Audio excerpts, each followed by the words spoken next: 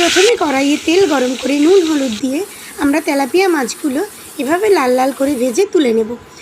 তারপর ওই তেলেই আমি কালো জিরে ফোড়ন দিয়ে মাঝারি সাইজের একটা পেঁয়াজ কুচি দিয়ে দেব এবং তার সাথে দিয়ে দেব 2-3টে রসুন থেঁটো করে।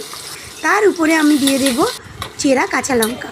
পেঁয়াজটা হালকা বাদামি হয়ে এলে তার উপর আমরা দিয়ে দেবো টমেটো ও ধনেপাতার পেস্ট। এরপরে একে একে হলুদ গুঁড়ো, লঙ্কার গুঁড়ো, জিরের গুঁড়ো এবং আমরা পরিমাণ মতো নুন দেবো। দিয়ে মশলাটাকে আমরা খুব ভালোভাবে কষিয়ে নেব এবং মশলা ধোয়া সামান্য জলও আমি ওতে এবারে অ্যাড করে দেব। এবারে মশলাটাকে আমি আরও ভালো করে কষিয়ে নেব যতক্ষণ না মশলা থেকে এভাবে তেল ছেড়ে আসি। মশলা থেকে এভাবে তেল ছেড়ে এলে একটু নাড়াচাড়া করে তাতে আমরা দিয়ে দেবো সামান্য অল্প পরিমাণ জল। এবারে আমরা ঝোলটাকে একটু ফুটতে দেব। নুনের পরিমাণ ঠিক আছে কিনা সেটা চেখে এবার আমরা ঢাকনা দিয়ে ঢেকে দেব। এরপরে ঢাকনা খুলেই আমরা তাতে অ্যাড করে দেব ভেজে রাখা তেলাপিয়া মাছগুলো।